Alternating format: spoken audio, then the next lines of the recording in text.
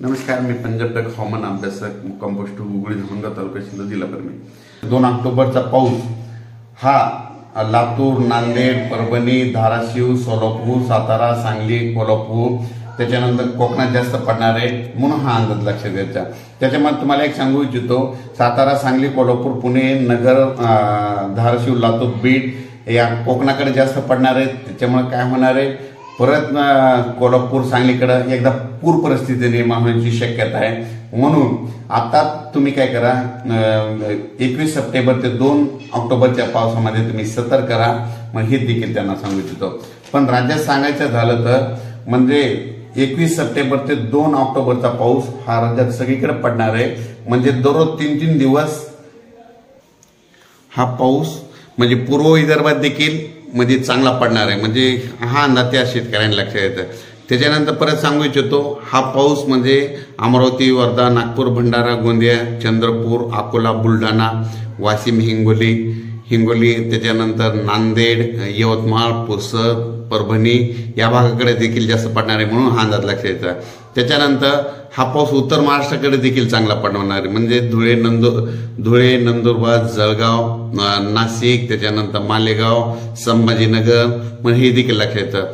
पण राज्यामध्ये हा पाऊस म्हणजे 21 सप्टेंबर ते 2 ऑक्टोबरच्या दरम्यान हा पाऊस म्हणजे कोकणपट्टीकडे देखील जास्त पडणार आहे।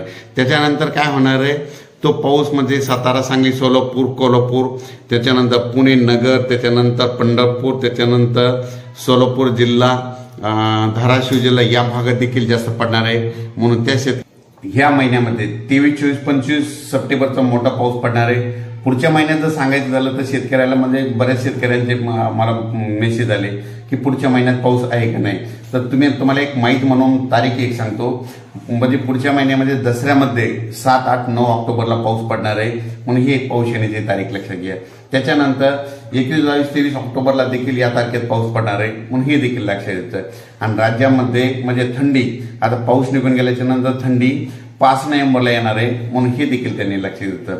पण आता म्हणजे जवळपास 20 तारखेपर्यंत म्हणजे हा पाऊस मध्य प्रदेश इकडल्या भागाकडेच पडणार आहे। हरियाणा, पंजाब इकडं, राजस्थान, त्याच्यानंतर उत्तर प्रदेश, त्याच्यानंतर झाशी, कोटा या भागाकडे जास्त पडणार आहे म्हणून हे लक्षात येतं। पण राज्यामध्ये मात्र 21 सप्टेंबर ते 2 ऑक्टोबर दरम्यान महाराष्ट्र आणि कर्नाटक या भागाकडे जोरात पाऊस पडणार आहे म्हणून हा अंदाज लागतो।